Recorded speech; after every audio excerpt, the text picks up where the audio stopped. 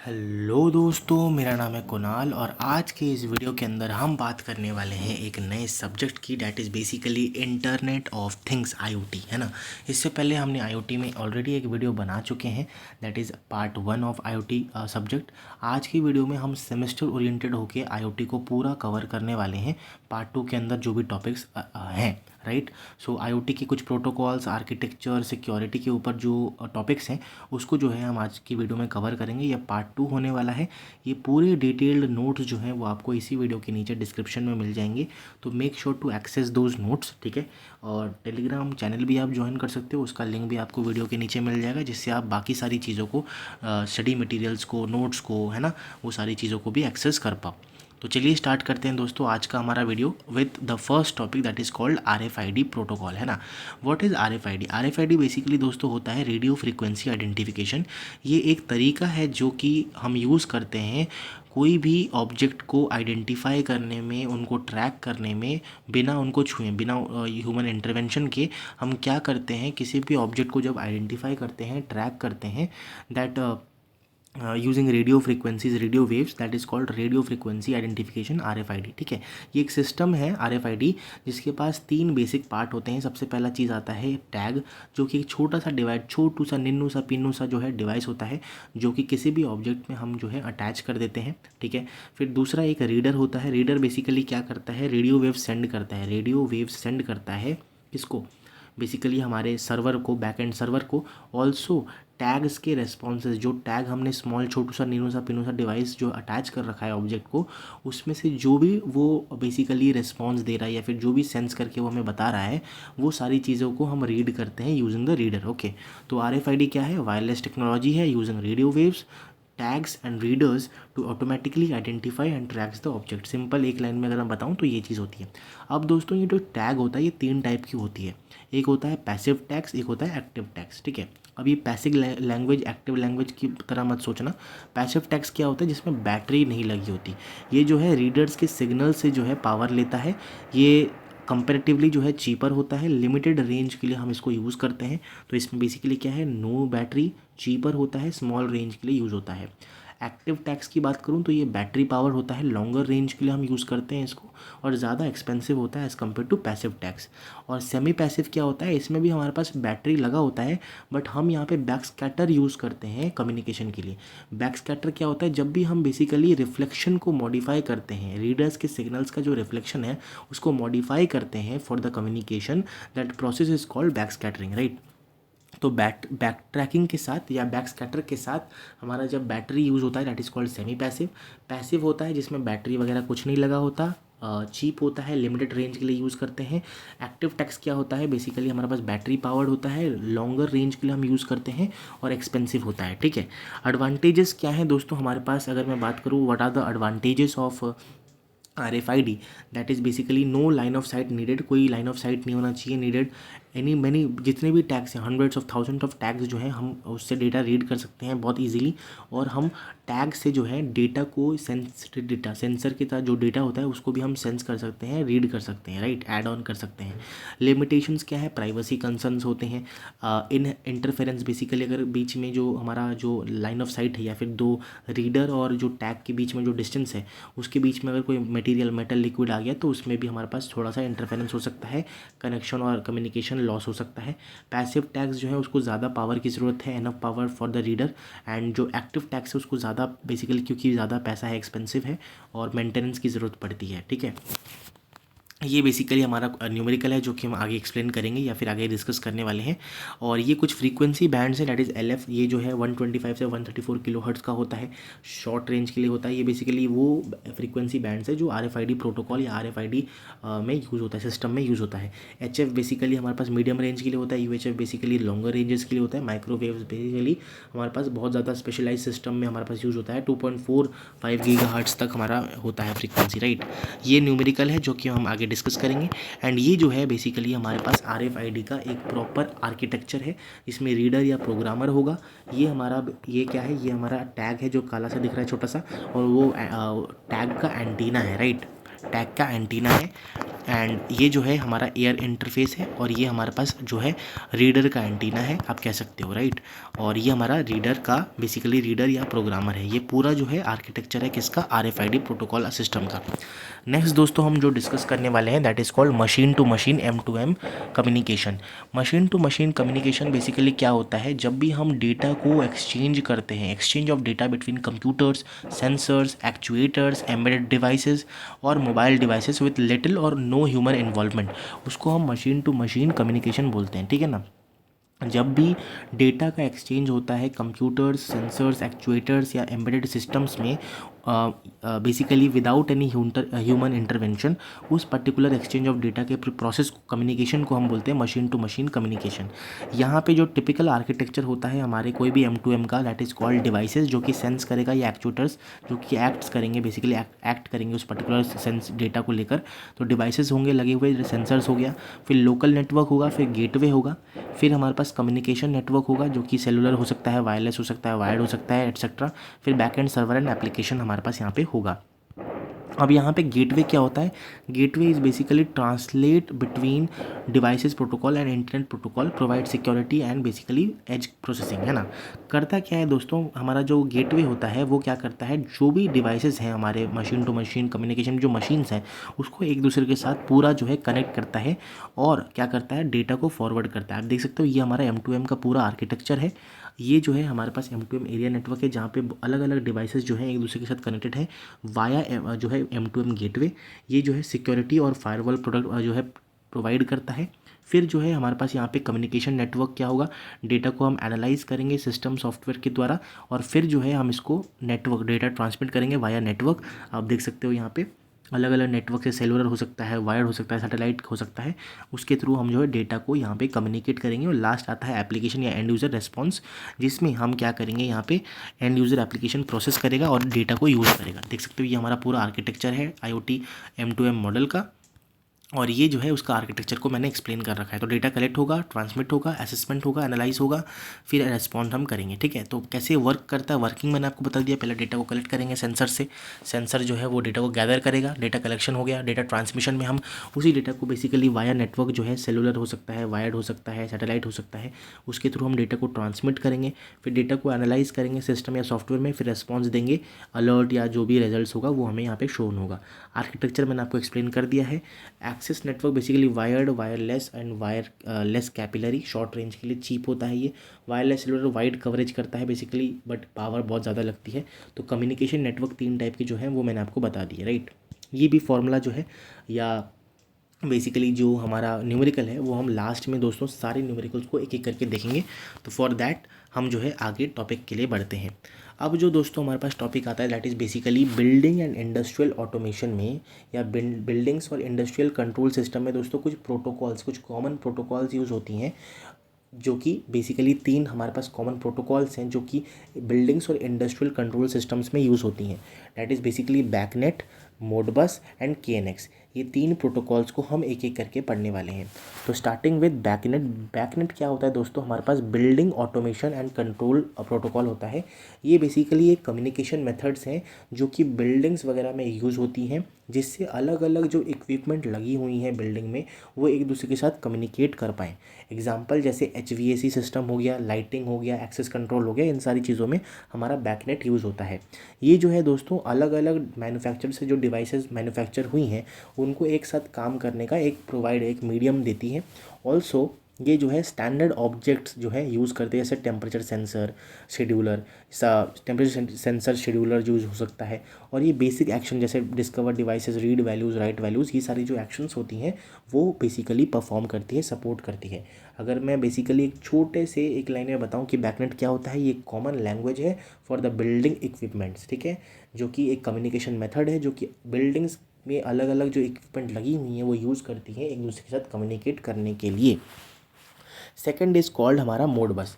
Modbus दोस्तों हमारे पास क्या होता है, ये एक बहुत ही सिंपल इंडस्ट्रियल कम्युनिकेशन प्रोटोकॉल है जो कि यूज़ होता है हमारे पास डिवाइसेस जैसे मीटर सेंसर जो लगे होते हैं इंडस्ट्रीज़ में, वो एक दूसरे के साथ कैसे कम्युनिकेट करते हैं, उसके लिए जो प्रोटोकॉल बनाया गया था, रीड और राइट करते हैं, वो उसके लिए जो प्रोटोकॉल बनाया गया था that is called Modbus.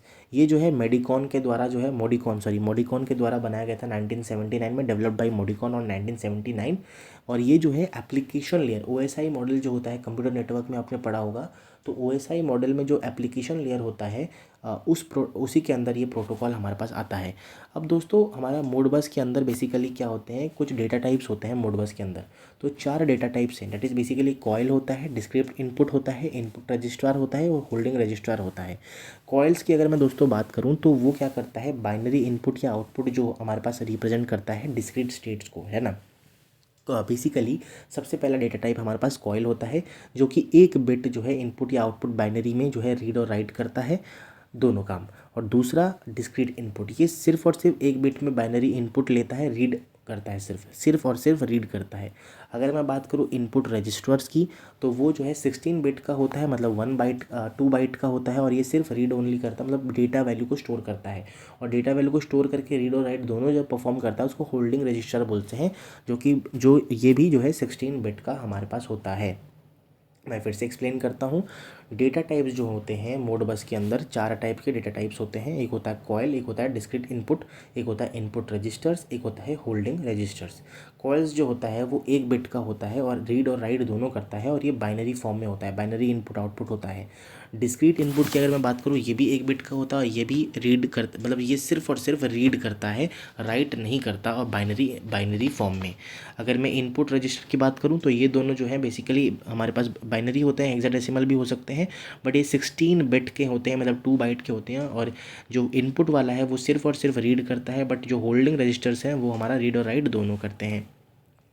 Modbus जो है वो सिंपल है, फ्लेक्सिबल है और कॉस्ट इफेक्टिव है, और मास्टर स्लेव आर्किटेक्चर पे वर्क करता है। बेसिकली एक मास्टर होगा, एक हमारा स्लेव होगा, ठीक है। तो ये हमारा मोडबस का कोई भी डेटा फ्रेम कैसे होता है वो मैं आपको दिखा रहा हूँ। जैसे address of the slave, slave का एड्रेस होता है 1 बाइट का, फिर फंक्शन कोड हमारे पास एक होता है जो कि 1 बाइट का होता है, फिर डेटा जो होता है वो 0 से लेकर 252 बाइट तक हो सकता है। और हम जो है साइक्लिक रिडंडेंसी चेक, बेसिकली कोई डेटा में करप्शन ना हो उसके लिए हम जो है चेकसम लगा देते हैं, जो कि 2 बाइट का होता है, तो वो भी हम यहाँ पे अभी देखने वाले हैं, ठीक है। अब मोडबस के वर्जन्स बेसिकली क्या होते हैं, मोडबस के 3 वर्जन्स होते हैं। सबसे पहला आता है Modbus RTU, Modbus ASCII and Modbus TCP। Modbus RTU दोस्तों हमारे पास यहाँ पे रिमोट टर्मिनल यूनिट होता है। बेसिकली ये जो है इसमें जो डेटा होता है वो हम बाइनरी में एनकोड करते हैं, और हर एक कम्युनिकेशन बाइट के लिए हम एक ही डेटा बाइट का इस्तेमाल करते हैं। अगर मैं मोडबस आस्काई की बात करूं तो ये सारे जो मैसेजेस हैं इसके आस्काई के अंदर, जो मैसेजेस हम डेटा वैल्यू है वो हम क्या करते हैं, डेटा जो है वो in the form of hexadecimal होता है, और ये बहुत स्लो होता है। और हर एक जो कम्युनिकेशन करने के लिए, जो कम्युनिकेशन बाइट के लिए 2 कम्युनिकेशन बाइट ज़रूरी होता है। तो हर एक इन्फॉर्मेशन के लिए basically every byte of information have 2 bytes of communication bytes basically need होता है। और लास्ट आता है मोडबस TCP। इसमें दोस्तों हम जो है ये सिंपल मोडबस ही होता है, बट ये जो है मोडबस ओवर इथरनेट को हम यहाँ पे मोडबस TCP बोलते हैं, जिसमें IP एड्रेस वगैरह यूज़ होता है।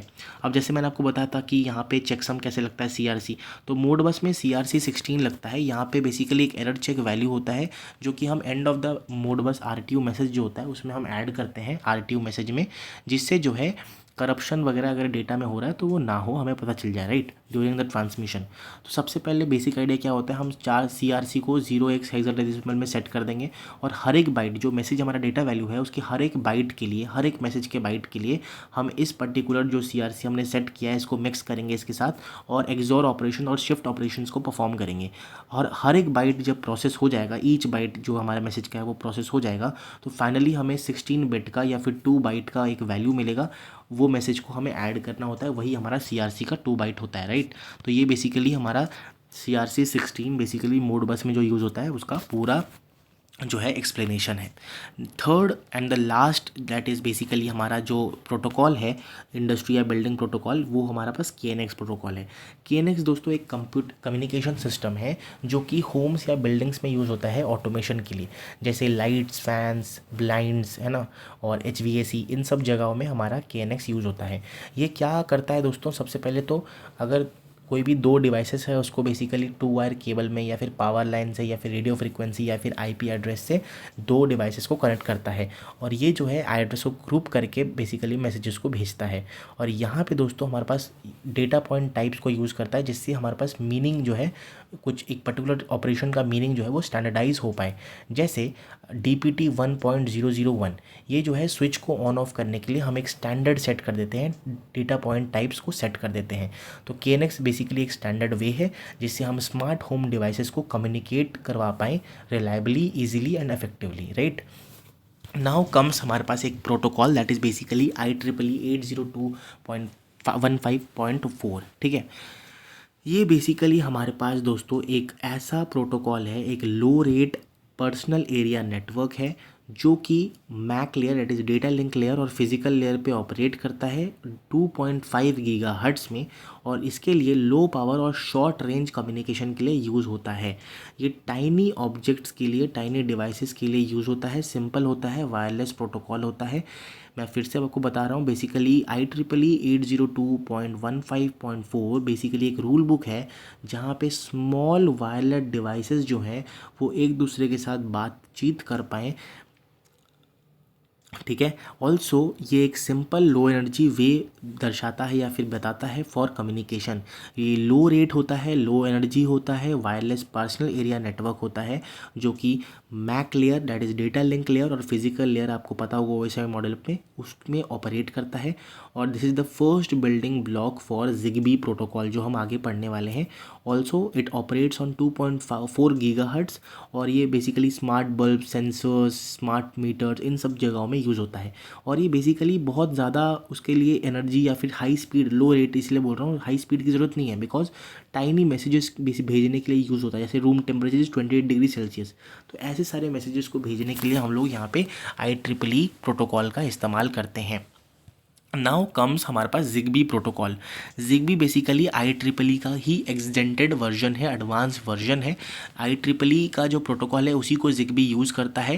That is basically same cheese, low power, low cost, low data rate wireless communication standard built on IEEE 802.15.4 mainly used in IoT, home automation, industrial monitoring, smart energy.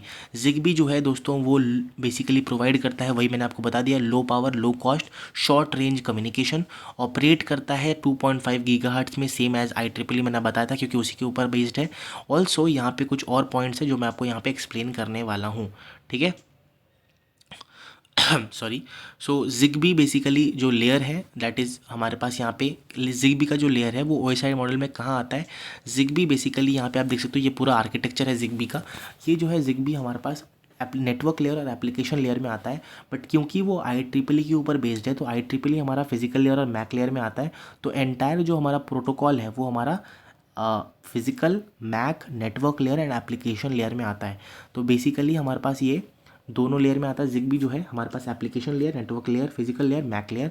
और इस ZigBee जो है वो जो भी हमने जो टोपोलॉजीज हमने पढ़े थे, star topology, tree topology, mesh topology, ये तीनों टोपोलॉजीज़ को वो सपोर्ट करता है।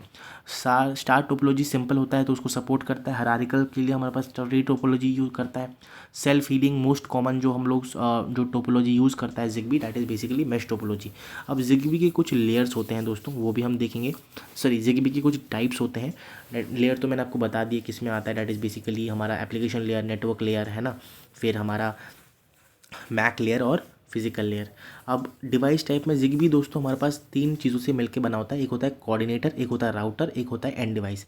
कोऑर्डिनेटर बेसिकली जो नेटवर्क को फॉर्म करता है, कीज़ को मैनेज करता है डिवाइसेस के, उसको कोऑर्डिनेटर बोलते हैं ZigBee नेटवर्क के अंदर।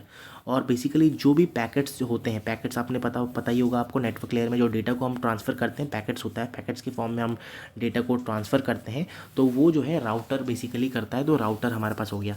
एंड देन आता है एंड डिवाइसेस जो कि बेसिकली लो पावर सेंसर्स जो कि राउट नहीं करते, उसको हम एंड डिवाइसेस बोलते हैं।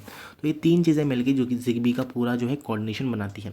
अब इसमें दोस्तों हमारे पास दो मोड आती है, that is basically beacon mode और एक होता है non beacon mode. Beacon mode basically synchronized period के लिए बीकॉन्स के लिए बना होता है, यूज़ करता है। सॉरी, बीकॉन मोड जो है वो यूज़ करता है सिंक्रोनाइज्ड पीरियोडिक बीकॉन्स, लो पावर हमारे पास बीकॉन्स फॉर लो पावर। बट अगर मैं बात करूँ नॉन बीकॉन की तो ये अनसिंक्रोनाइज मोड यूज़ करता है और ज़्यादा एनर्जी को जो है वो कंज्यूम करता है। ठीक है, तो दिस इज़ ऑल अबाउट हमारा जिग्बी प्रोटोकॉल। अब आता है दोस्तों हमारे पास बहुत ही इंपॉर्टेंट एक protocol that is called user datagram protocol, UDP. UDP is light weight transport protocol, जो कि कनेक्शन लेस होता है और बेसिकली ये जो है डिलीवर नहीं करता कि जो भी हम सेगमेंट है या डेटा है वो डिलीवर कर पाएगा कि नहीं। तो अगर मैं आपको सिंपल आपको बताऊँ, यूडीपी बेसिकली एक लाइट वेट ट्रांसपोर्ट लेयर में आने वाला प्रोटोकॉल है जो कि लो लेटेंसी रखता है। लेटेंसी क्या होता है? Time required for data to travel from sensor to the server, that is called low latency. और बेसिकली इसका लो लेटेंसी है, मतलब ज़्यादा टाइम लगता है बेसिकली इसका। ठीक है, फिर कनेक्शन लेस होता है, मतलब कोई कनेक्शन बेसिकली नहीं होता सेंडर और रिसीवर के बीच में, है ना। No hand checking between the UDP sender and UDP receiver. और ये do not guarantee message segment to deliver, basically ये गारंटी नहीं करता कि अगर आप कोई मैसेज भेज रहे हो तो वो जो रिसीवर के पास पहुंचेगा कि नहीं, क्योंकि लॉसी कनेक्शन यहाँ पे होता है। तो इस वजह से हो सकता है कि आपका जो सेगमेंट है वो बीच में कहीं वैनिश हो जाए, गायब हो जाए। So that is basically UDP, user datagram protocol. ये जो है बेसिकली इसके जो एग्जांपल्स हैं, डीएनएस में यूज़ होता है, स्ट्रीमिंग में यूज़ होता है, कोप वगैरह में भी यूज़ होता है। अगर मैं इसका हेडर बेसिकली कैसे मैसेज ट्रांसफ़र होता है हेडर फाइल में आपको दिखाऊं, मैसेज डेटाग्राम दिखाता हूँ। सबसे पहला हमारे पास आता है हेडर में सोर्स पोर्ट जो कि 2 बाइट का होता है, डेस्टिनेशन पोर्ट जो कि 2 बाइट का होता है, लेंथ 2 बाइट का होता है जिसके अंदर हेडर आता है 8 बाइट का, पेलोड बाइट्स होते हैं 8 बाइट के, सॉरी 8 बिट के। चेकसम बेसिकली वही हमारा करप्शन ना हो इस वजह से हम देखते हैं, जिसमें आईपी हेडर, यूडीपी हेडर, ये सारी चीज़ें रहती हैं। IPv4 डेटा ऑप्शनल रहता है, वो सारी चीज़ें हमारा 2 बाइट का रहता है। और डेटा का पार्ट होता है जो कि बाकी मैसेज होगा। आप देख सकते हो यहाँ पे क्लीन डायग्राम मैंने बना रखा है। सोर्स पोर्ट 2 बाइट का, डेस्टिनेशन पोर्ट 2 बाइट का जिसमें सोर्स का एड्रेस और डेस्टिनेशन का एड्रेस होगा, लेंथ होगा 2 बाइट का और चेकसम होगा हमारा 2 बाइट का। अब ये लेंथ जो है बेसिकली ये लेंथ हमारा हेडर और पेलोड बाइट्स को मिलके बना होता है। हेडर जो है 8 बिट्स का होता है और पेलोड जो है बाइट्स वो हमारे बिट्स वो 8 बिट के होते हैं। फिर आता है हमारा डेटा। अगर दोस्तों लेंथ कैलकुलेट करने को आ जाता है आपको यूडीपी डेटाग्राम का, तो आपको सिंपल सी बात है, if you have a 20 byte payload तो यूडीपी का लेंथ क्या हो जाएगा 8 + 20, 28 बाइट्स, है ना, सिंपल सी बात है। तो ये हमारा पूरा यहाँ पे पूरा यूडीपी का डेटाग्राम मैंने आपको एक्सप्लेन कर दिया है।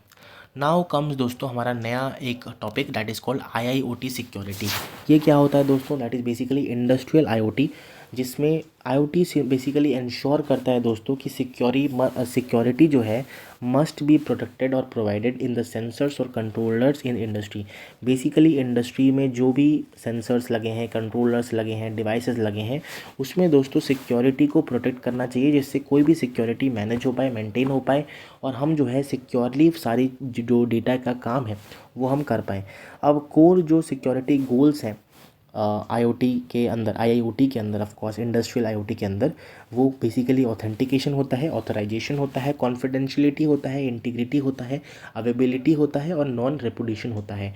ऑथेंटिकेशन से स्टार्ट करते हैं। बेसिकली दोस्तों हर एक डिवाइस और यूज़र्स का आइडेंटिटी रखना, प्रूफ ऑफ आइडेंटिटी रखना, ऑथेंटिकेट करके रखना चीज़ों को, दैट इज़ कॉल्ड ऑथेंटिकेशन। और बेसिकली हर एक डिवाइस को कौन कंट्रोल कर सकता है, कौन मैनेज करता है, कौन मेंटेन करता है, वो सारे का रूल बुक रखना, दैट इज़ कॉल्ड ऑथराइजेशन। फिर आता है जो भी सेंसिटिव डेटा है, हमारे पूरे सेंसर्स या फिर कंट्रोलर्स जो डेटा को गैदर करके रखते हैं, जो सेंसिटिव डेटा है उसको प्रोटेक्ट करके रखना इज़ कॉल्ड कॉन्फिडेंशियलिटी। फिर आता है इंटीग्रिटी। इंटीग्रिटी बेसिकली जो भी डेटा या कोड हम लिख रहे हैं या फिर कुछ भी जो हम बेसिकली मैनेज कर रहे हैं कोड लिख के, that will be can not be altered और basically changed after proper time जब हम एग्जीक्यूट कर रहे हैं उनको, दैट इज़ कॉल्ड इंटीग्रिटी। फिर अवेबिलिटी, बेसिकली हमारे अगर सिस्टम में कुछ खराबी आती है या फिर अटैक आ जाता है हमारे सिस्टम में या फिर कोई डिवाइसेस में, तब भी हमारा सिस्टम चलता रहे, उसको हम अवेबिलिटी बोलते हैं, जिससे कंसिस्टेंसी मेंटेन होकर रह पाए। फिर ऑडिबिलिटी या फिर नॉन रिपुटेशन, बेसिकली हमें ये पता ना कि अगर मान लीजिए कि कोई अटैक आता है या कुछ भी होती है चीज़ें या फिर सिक्योरिटी ब्रीच आती है, तो हमें पता रहे कि कौन सा ऑर्गेनाइजेशन या किसने ये काम किया है या फिर कौन सा किस पर्टिकुलर चीज़ से ये जो है फॉल्ट या ब्रीच हमारे पास सिक्योरिटी का हुआ है। So this is the flow chart of security requirements, access control, authentication, data confidentiality, availability, trust management, secure software execution, secure storage, tamper resistance, scalability, flexibility, availability, adaptability. ठीक है, तो उसमें से मैंने सारी चीज़ें एक्सप्लेन कर दी है, आपको याद रख सकते हो। ठीक है, नाउ दोस्तों हमारे पास आता है इसका बेसिकली मैं आपको बता दे रहा हूँ सिक्योरिटी आर्किटेक्चर। बेसिकली हमारा सिक्योरिटी प्रॉब्लम्स क्या क्या आ सकती हैं। बेसिकली थ्रेट्स आ सकता है, हमारे रिसोर्सेज का डिस्ट्रक्शन हो सकता है, इंफॉर्मेशन करप्शन हो सकता है, और हम चोरी बेसिकली रिमूव कोई कर सकता है, डिलीट कर सकता है रिसोर्सेज को, या फिर थेफ्ट कर सकता है, चोरी कर सकता है, इन्फॉर्मेशन का डिस्क्लोज कर देना, अटैक आ सकता है।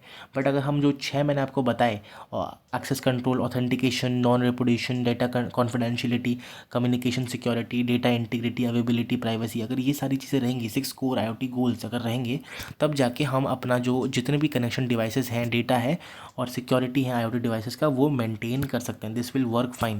तो this is the security architecture of IoT, है ना।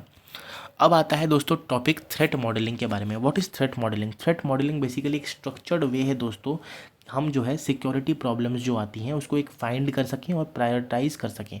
प्रायोरिटाइज करने के लिए किसको? सिक्योरिटी प्रॉब्लम्स को फाइंड करके प्रायोरिटाइज करके सिक्योरिटी प्रॉब्लम्स को जो स्ट्रक्चर्ड वे है उसी को थ्रेट मॉडलिंग बोलते हैं।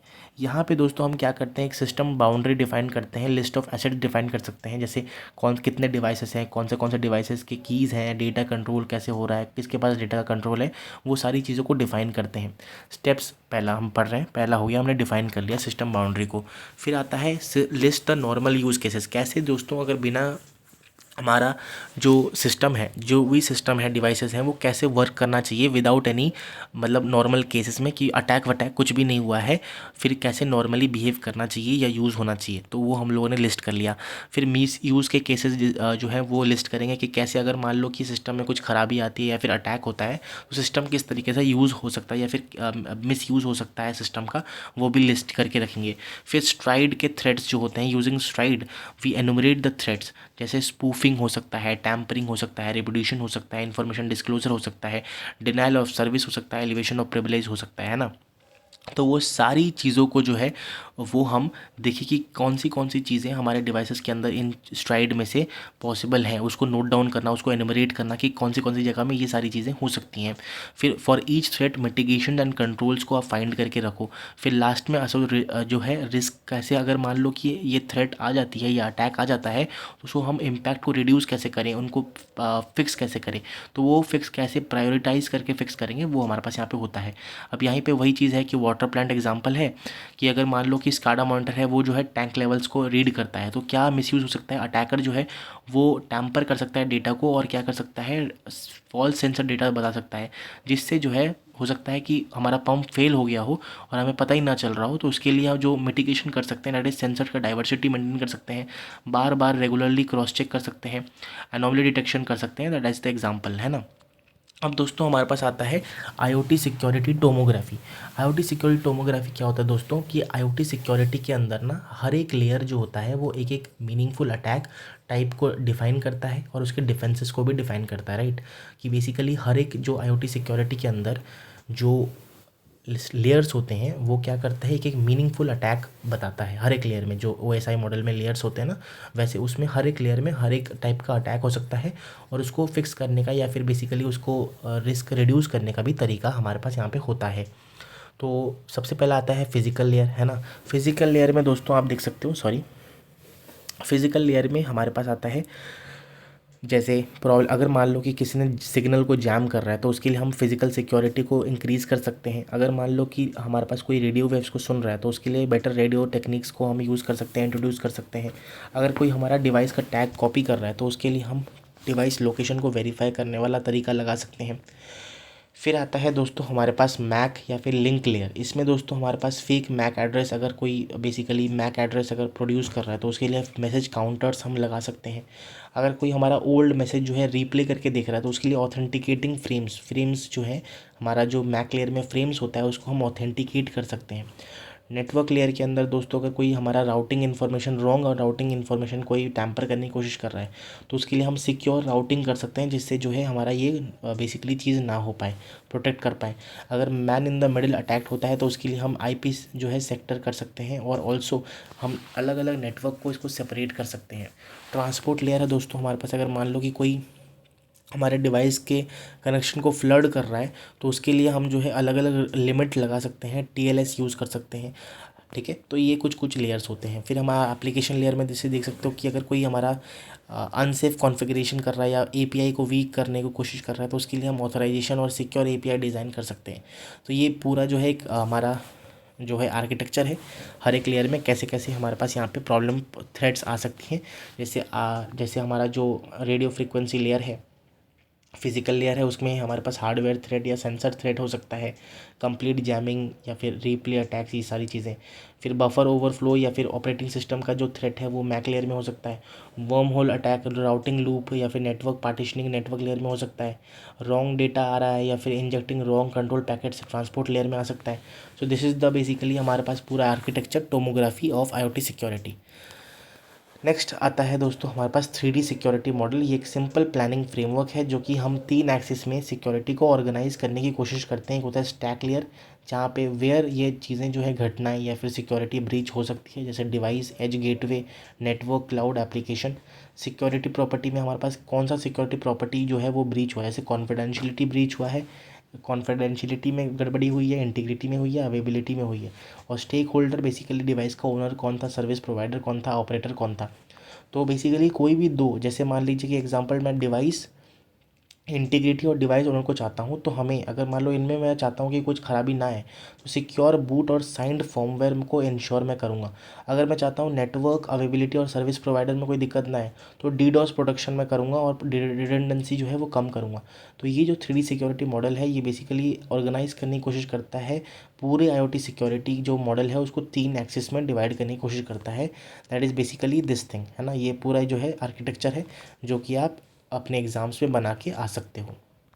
नाउ दोस्तों हमारे पास आता है IoT security architecture. IoT architecture basically दोस्तों जो हमारा IoT सिस्टम है उसके पास अलग अलग लेयर्स होते हैं, ठीक है। तो और हर एक लेयर का जो है एक स्पेसिफिक जॉब है। तो टोटल 4 जो है लेयर होते हैं मॉडल का, जो कि हम इजीली अंडरस्टैंड कर सकते हैं।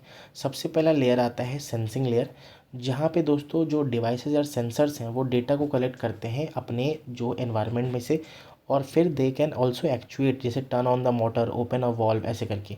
तो डेटा को कलेक्ट करते हैं, जैसे मान लो टेम्परेचर, मोशन, लाइट हो गया, फिर इसको एक्चुएट कर सकते हैं, जैसे मोटर को टर्न ऑन कर सकते हैं, वॉल्व को ओपन कर सकते हैं, एट्सेट्रा। फिर नेटवर्क या कनेक्टिविटी लेयर आता है, जिसमें हम डेटा के लेयर को बेसिकली इस डेटा लेयर में हम क्या करते हैं, डेटा को मूव करते हैं सेंसर से नेक्स्ट स्टेज तक सेफली और सिक्योरली और रिलायबली, है ना। जिससे हमें ये इंश्योर करते हैं कि डेटा जो है वो सेफली एक जगह से दूसरी जगह पहुँचे using WiFi, Bluetooth, ZigBee protocol, Ethernet, etcetera. Edge या प्रोसेसिंग लेयर में क्या होता है दोस्तों, यहाँ पे जो भी डेटा उस पर्टिकुलर डिवाइस के क्लोज़र है उस डेटा को हम कंप्यूट करते हैं, डिले को रिड्यूस करते हैं, बैंडविड्थ को हम बेसिकली सेव करते हैं, और ऑल्सो डिसीजंस लोकली हम वहीं पे ले लेते हैं यूजिंग एज प्रोसेसिंग, ठीक है। जैसे camera analyses the motion at the edge before sending only important data, है ना। तो हम क्या करते हैं, जैसे कोई कैमरा लगा हुआ है तो वो घूम घूम के देखता है एंड वो लोकली देख लेता है कि कौन सा चीज़ इंपॉर्टेंट है। अगर इंपॉर्टेंट है तो वो चीज़ वो स्टोर करके रखता है, फिर हमें भेजता है एनालाइज करके, प्रोसेस करके। तो that is called processing layer. फिर एप्लीकेशन लेयर आता है, जिसमें बेसिकली हमारे पास हम पूरे डेटा को स्टोर करते हैं, प्रोसेस करते हैं बिग डेटा के माध्यम से, मशीन लर्निंग लगाते हैं, एनालिटिक्स करते हैं, और फिर यूज़र जो है वो इंटरैक्ट करता है उस सिस्टम के थ्रू कोई वेब एप्लीकेशन या फिर ऐप एप्लीकेशन के साथ, ठीक है। So this is the entire architecture of the हमारा IoT आर्किटेक्चर आप बना के आ सकते हो। जैसे सेंसिंग लेयर, फिर नेटवर्क लेयर, फिर डेटा प्रोसेसिंग लेयर, और फिर आता है एप्लीकेशन लेयर, ठीक है। ये जो है IoT रेफरेंस मॉडल है दोस्तों। रेफरेंस मॉडल बेसिकली क्या होता है कि जैसे डिवाइस लेयर होता है, डिवाइस लेयर के अंदर डिवाइस की कैपेबिलिटीज़ और गेटवे की कैपेबिलिटीज़ को दर्शाया जाता है। तो यहाँ पे बेसिकली कौन से कैपेबिलिटीज़ को देखा जाता है रेफरेंस मॉडल्स के अंदर। फंक्शनल व्यू, जिसमें हम कैपेबिलिटीज़ डिवाइस के management, data injection, analytics, security, apps को दिखाते हैं। इन्फॉर्मेशन व्यू होता है जिसमें डेटा जो हम कलेक्ट कर रहे हैं, रिसोर्स मॉडल, मेटाडेटा, वो सब दिखाते हैं। और डिप्लॉयमेंट और ऑपरेशनल व्यू जो है कहाँ पे कंपोनेंट जैसे आके फिजिकली रहता है, जैसे edge boxes, gateways, cloud servers, वो सारी मैनेज होती हैं। तो ये जो है आईओटी का रेफरेंस मॉडल है। सबसे पहले एप्लीकेशन लेयर, फिर service support and application support layer, फिर नेटवर्क लेयर और डिवाइस लेयर, और लेफ्ट में हमारे पास मैनेजमेंट कैपेबिलिटीज़ क्या क्या हैं और सिक्योरिटी कैपेबिलिटीज़ क्या क्या है वो हमारे पास यहाँ पे है। So this is IoT reference model and this is IoT architecture. Now दोस्तों आता है हमारा एक concept that is called IoTivity. What is IoTivity? IoTivity दोस्तों एक ओपन सोर्स फ्रेमवर्क है जो कि बनाया गया था इम्प्लीमेंट करने के लिए ओसीएफ को। सीधी सी बात क्या है, ओसीएफ को इम्प्लीमेंट करने के लिए एक ओपन सोर्स फ्रेमवर्क बनाया गया जिसको हम आईओटीवीटी बोलते हैं। अब ओसीएफ क्या है दोस्तों? ओसीएफ बेसिकली दोस्तों ओपन कनेक्टिविटी फाउंडेशन है, that is a standard and framework for interoperable IoT devices. ये जो है basically secure device discovery support करता है और ऑल्सो एक स्टैंडर्ड इंटरफेस और रिसोर्स टाइप जो है वो डिफाइन करता है। और इसके लिए एक फ्रेमवर्क को हमने इम्प्लीमेंट किया था, दैट इज़ कॉल्ड आईओटीवीटी। ये इंश्योर करता है कि हम सीमलेस सिक्योर कम्युनिकेशन करवा पाएँ आईओटी डिवाइसेस के बीच में। आईओटी डिवाइसेस जो हैं वो सिक्योरली कम्युनिकेट कर पाएँ, सीमलेसली कम्युनिकेट कर पाएँ। अलग अलग डिवाइसेस के मैन्युफैक्चरर्स अगर हैं तो भी जो है वो एक पर्टिकुलर स्टैंडर्ड को फॉलो करके जो है वो कम्युनिकेट कर पाएँ, दैट इज़ कॉल्ड आईओटीवीटी। इसीलिए आईओटीवीटी बनाया गया था।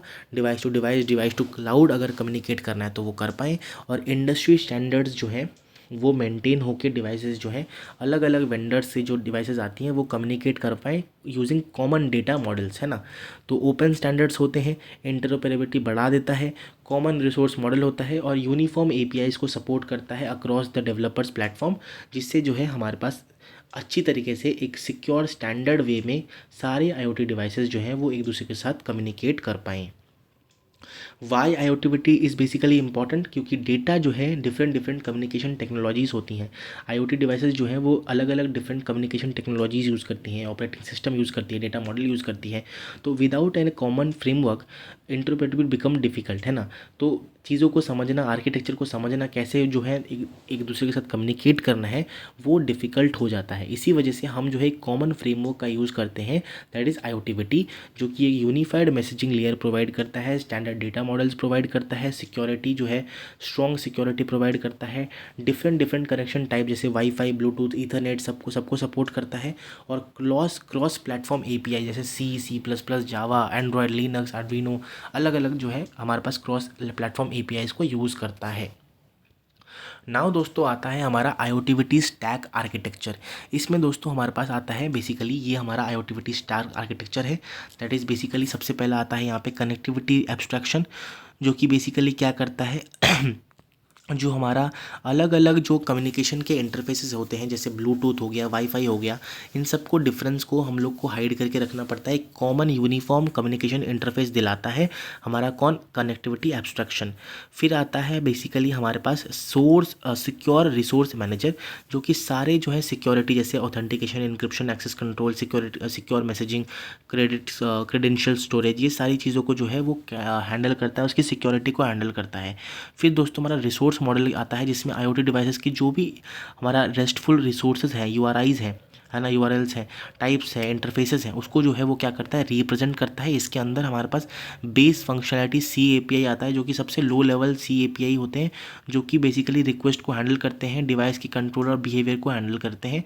और फिर C++ ऑब्जेक्ट मॉडल या JNI ग्लू लेयर जैसे जावा एपीआई को भी बेसिकली ये जो है जावा एपीआईज और C++ एपीआईज को भी ये जो है सपोर्ट करता है on the top of the base layer, base functionality layer, C layer, ठीक है। फिर आता है सर्विसेज लेयर, बेसिकली उसमें हमारे पास हाई लेवल फीचर्स हम प्रोवाइड करते हैं जैसे device management, presence of group communication and messaging, अलग अलग जो हमारे एप्लीकेशंस होते हैं वो हमारे पास यहाँ पे सपोर्ट हो जाते हैं। सो this is the entire IoT IoT IoTVT stack architecture, जो कि बहुत इंपॉर्टेंट है दोस्तों, मैं आपको यही बताऊंगा। देन दोस्तों आता है हमारे पास IoTVT रिसोर्स मॉडल। ये क्या होता है दोस्तों, जब भी दोस्तों हम क्या करते हैं, क्योंकि IoTVT में मॉडल्स में हमारे पास हर एक चीज़ को हम एक रिसोर्स की तरह ट्रीट करते हैं, तो एक रेस्ट API की तरह बेसिकली, है ना। तो आप देख सकते हो कि IoT एप्लीकेशन है, उसमें API का हम यूज़ करेंगे, तो IoTVT डिवाइस जो है वो स्टैक में क्या होता है, जैसे हमारे पास एक टाइप ऑफ क्या होगा कि रैपिड पोर्टेबिलिटी हम डेवलप कर पाएंगे। तो हर एक चीज़ को जो है IoTVT में कैसे डिवाइस कम्युनिकेट करेंगे, उसके लिए हम जो है क्या करते हैं, यहाँ पे कोप का इस्तेमाल करते हैं। कोप क्या होता है, CoAP is basically constrained application protocol, जो कि बेसिकली एक light wait HTTP like protocol होता है, जो कि कंस्ट्रेंड डिवाइसेस के लिए यूज़ होता है। और ये यूडीपी बेसिकली क्या होता है, यूज़र डेटाग्राम प्रोटोकॉल। ये जो है मेथड्स को सपोर्ट करता है, जैसे गेट, पोस्ट, पुट, डिलीट। और बेसिकली ये क्या करता है, हमारे पास लार्जर पेलोड्स के लिए block wise transfers for larger payloads use होता है। CoAP is often use in IoTVT and OCF because it's efficient and support multicast discovery. इसमें दोस्तों हम डिस्कवरी, गेट, पोस्ट ऑब्जर्व करते हैं। आप देख सकते हो यहाँ पे, देखो जैसे मान लो हमारे पास क्लाइंट है, क्लाइंट ने यूनिकास्ट गेट कोप यहाँ पे एक URI दिया और फिर पाथ दिया, यहाँ पे क्या दिया, पाथ दिया किसका, जो भी सर्वर है उसका। तो आपने क्या किया, यूनिकास्ट ने रिस्पॉन्स किया कि हाँ लाइट अभी डिम है, लाइट का स्टेट 0 है, डिम है, तो गेट द लाइट स्टेटस। तो ये रेफरेंस रिसोर्स मॉडल का हमारा एग्जांपल है। अगर मैं पुट ऑपरेशन की बात करता हूँ, तो हमने पुट ऑपरेशन में हमने यूनिकास्ट पुट कोप किया, तो वहाँ पे हमने जो है पाथ दे दिया, URI दे दिया, फिर पेलोड स्टेट 1 और डिम 50। तो यहाँ पे उसने क्या किया, कंट्रोल किया बेसिकली क्लाइंट ने लाइट को using the basically IoTVT resource model. कहीं भी बेसिकली कोई भी हमारे पास अलग अलग वेंडर्स या फिर अलग अलग जो हमारे मैन्युफैक्चरर्स हैं, उसके जो डिवाइसेस होते हैं, उससे हमने पूरी चीज़ों को कंट्रोल किया है यूजिंग IoTVT, जो कि एक बहुत ही ज़्यादा इफेक्टिव मॉडल है, इफेक्टिव फ्रेमवर्क है, using the CoAP that is constrained application protocol, that is a light weight HTTP like protocol for constrained devices, जिसमें ये हमारे पास ऑपरेशंस यूज़ होती हैं। अब role of IoTVT of IoT ecosystem क्या होता है, ये यूनिफाइंग सॉफ्टवेयर लेयर होता है। हेल्थ केयर, इंडस्ट्रियल, ऑटोमेटिव हर जगह यूज़ हो सकता है। लोकल कंट्रोल, रिमोट कंट्रोल हर जगह यूज़ होता है दोस्तों। और ये जो है बेसिकली एक डायग्राम है जो कि बताता है लोकल कंट्रोल, रिमोट कंट्रोल और सर्वर टू सर्वर कंट्रोल कहाँ कहाँ जो है IoTVT और IoT के एप्लीकेशंस हो सकते हैं। तो क्रॉस प्लेटफॉर्म सपोर्ट क्योंकि ये देता है, तो मल्टीपल प्लेटफॉर्म जैसे लिनक्स, एंड्रॉयड, हर जगह जो है हम इसको यूज़ कर सकते हैं। सो this is all about IoTVT। अब जो है हमने जो न्यूमेरिकल्स छोड़े थे उसको हम देख लेते हैं, IoT के न्यूमेरिकल्स। बेसिकली सबसे पहला न्यूमेरिकल आता है RFID प्रोटोकॉल के अंदर, जो हमारा डेटा को हम ट्रांसफ़र करते हैं, जो डेटा बेसिकली हमारे टैग से लेकर हमारे जो रीडर, वो जो डेटा आता है उसका डेटा ट्रांसफ़र जो टाइम होता है, उसको कैलकुलेट करने का जो टाइम होता है बेसिकली, दैट इज़ बेसिकली क्या होता है, टोटल बिट्स अपॉन में डेटा रेट, ओके, बिट्स पर सेकेंड। जैसे यहाँ पे क्वेश्चन दोस्तों दिया गया है, RFID tag stores 1 KB of data, तो डेटा रेट क्या है 15 kilobits per second, but only 90% of the time is used for transfer. तो इफेक्टिव रेट दोस्तों हमारे पास क्या होता है, अगर कभी भी 90% या 80% दिया हो, तो इफेक्टिव रेट बेसिकली जितना टाइम यूज़ हुआ, दैट इज़ n, यहाँ पे क्या हो जाएगा ईटा, 90 का बेसिकली हम 0.9 कर देंगे, और डेटा रेट तो दिया ही हुआ है। तो एग्जाम्पल, सबसे पहले हम डेटा को कन्वर्ट करेंगे। 1 बाइट हमें पता है 8 बिट्स का होता है, तो 8 बिट्स का होता है ना, तो 1 किलोबाइट इज़ बेसिकली 1024 बिट्स। अब यहाँ पे हमने 1000 यूज़ कर लिया फॉर आवर इजी कैलकुलेशन, तो हमने 8000 बिट्स कैलकुलेट कर लिया। Effective rate basically eta R 0.9, क्योंकि 90% टाइम यूज़ हुआ है ट्रांसफ़र के लिए, तो 500, तो 450 किलोबिट्स आ गया। अब टाइम जो है हम इजीली निकाल लेंगे, दैट इज़ बेसिकली बाइट्स में कन्वर्ट किया, 8000 अपॉन में 45000, तो हमारे पास 17 मिली सेकेंड्स निकल के आ गया। अब दोस्तों एक सवाल आपके क्वेश्चंस में आ सकता है या फिर आपके एग्जाम में, दैट इज़ ASCII और BCD स्टोरेज। यहाँ पे कोई भी एक n डिजिट नंबर को स्टोर करने के लिए अगर ASCII हम लोग यहाँ पे स्टोर कर रहे हैं, तो उस केस में हमारे पास यहाँ पे बिट्स जो है वो 8n यूज़ होंगे। जैसे एग्जांपल आप देखो कि स्टोर 12 डिजिट सीरियल नंबर, तो उस केस में हमारे पास जो n की वैल्यू है वो 12 हो जाएगी, तो 96 बिट्स हमारे पास स्टोर होगा। तो अगर चिप मेमोरी 128 बिट्स का है, तो नंबर ऑफ सीरियल नंबर्स कितने होंगे, 128 अपॉन में 96। अब ये जो है 1.33 आएगा, तो यूनिक नंबर जो आया दैट इज़ 1 आया। ठीक है। अगर मैं BCD की बात करूँ तो वो क्या हो जाएगा, 4 बिट्स पर डिजिट होता है उसमें, तो bits is equal to 4n हो जाएगा। तो n की वैल्यू यहाँ पे, सॉरी यहाँ पे जैसे वहाँ पे 8 था आस्काई में, तो यहाँ पे BCD में 4 है, तो यहाँ पे 12 डिजिट सीरियल नंबर है, तो उस केस में हमारे पास जो n की वैल्यू हो जाएगी वो 12 हो जाएगी, तो 48 हो गया हमारे पास। और number of serial number fits that is 128 upon में 48 दैट इज़ 2.666, और यूनिक नंबर कितना आ गया, 2 यूनिक नंबर्स हमारे पास आ गए। फिर दोस्तों आता है RFID टैग रीडिंग। अब दोस्तों हर एक जो टैग होता है वो बेसिकली कुछ टाइम लगाता है ट्रांसमिट करने के लिए, टैग को कुछ टाइम लगता है डेटा को ट्रांसमिट करने के लिए। तो अगर मैं एक बाई मतलब 1 बाई 1 जब टैग ट्रांसमिट करता है तो उसमें जो टैग्स पर सेकंड होता है, tags per second is basically 1 upon time per tag, और साइकिल्स जो होते हैं that is basically total tags upon में टैग्स पर सेकंड। जैसे 1 tag transmit in 50 millisecond, तो उसको कितने सेकंड्स लगे, दैट इज 50 इंटू 10⁻³ सेकेंड, ठीक है। तो टैग पर सेकंड कितना हो जाएगा, 1 अपॉन में 50 इंटू 10⁻³ जो कि बेसिकली टैग्स पर सेकंड कितना हुआ, 20 हो गया। अब अगर मान लो कि कोई वेयर हाउस है जो कि 500 टैग सप्लाई करता है, तो साइकिल कितने लगेंगे, दैट इज़ 500 अपॉन में 20 दैट इज़ 25 साइकिल्स हमें लग जाएंगे। तो जितने भी टैग्स अगर बेसिकली अगर each tag for if each tag takes less time more tags can read per second. अब दोस्तों एक फॉर्मूला आता है that is basically power gain in decibel DB। ये जो है दोस्तों दो सिस्टम के बीच में, जैसे रीडर और एंटीना के बीच में अगर हमें पावर कंपेयर करना है तो तब हमारे पास यूज़ होता है इसका। DB जो है that is the logarithmic unit showing the difference या फिर ratio between the powers.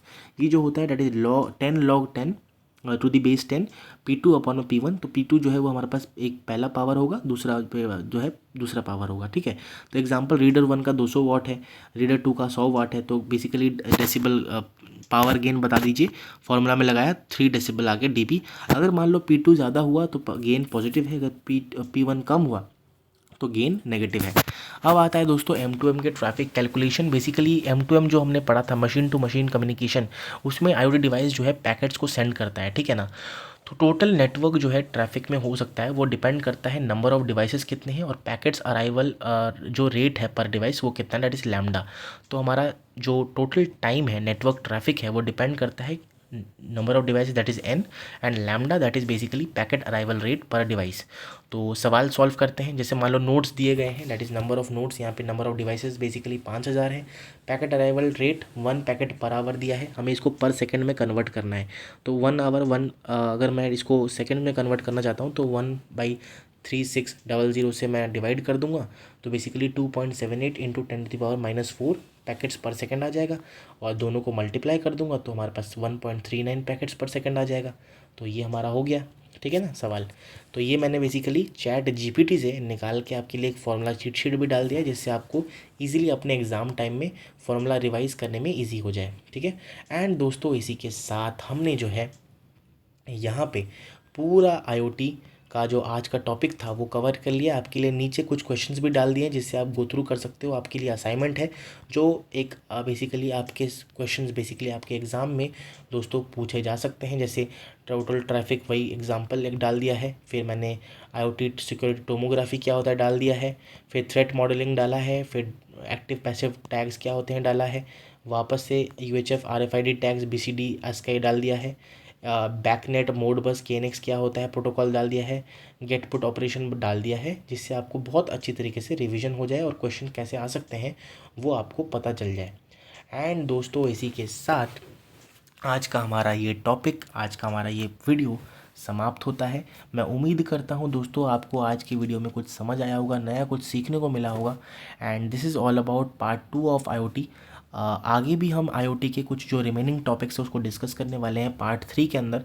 But for today this is all about today's IoT subject, जिसमें हमने IoT के कुछ प्रोटोकॉल्स के बारे में पढ़ा, आर्किटेक्चर के बारे में पढ़ा, सिक्योरिटी के बारे में पढ़ा, और हमने बहुत सारी चीज़ों को कंप्लीट करने की कोशिश करी है जो कि आपके सेमेस्टर एग्ज़ाम्स में आपका हेल्प कर सकती है। सो दैट्स ऑल दोस्तों, मैं उम्मीद करता हूँ आपको कुछ नया सीखने को मिला होगा। If yes please hit the like button right away right now. अपने दोस्तों के साथ इस वीडियो को शेयर कीजिए और प्लीज़ प्लीज़ प्लीज़ सब्सक्राइब कर दीजिए चैनल को, जिससे मेरे को थोड़ा सा मोटिवेशन मिल सके। एंड या दैट्स ऑल, मैं उम्मीद करता हूँ आपको मज़ा आया होगा आज की वीडियो में। Please join the Telegram channel. इसका जो लिंक है वो आपको डिस्क्रिप्शन में मिल जाएगा, तो वहाँ पे आप नोट्स वगैरह एक्सेस कर सकते हो। इसका जो है इस पर्टिकुलर वीडियो का नोट जो है PDF नोट जो आपको दिख रहा है स्क्रीन में, वो मैं इस वीडियो के बाद डिस्क्रिप्शन में डाल दूँगा, आप वहाँ से एक्सेस कर सकते हो। And yes that's all. हम मिलेंगे एक नए धमाकेदार वीडियो में आगे कभी। तब तक के लिए हंसते रहिए, खेलते रहिए, पढ़ते रहिए, नया नया सीखते रहिए। And thank you so much. Bye bye.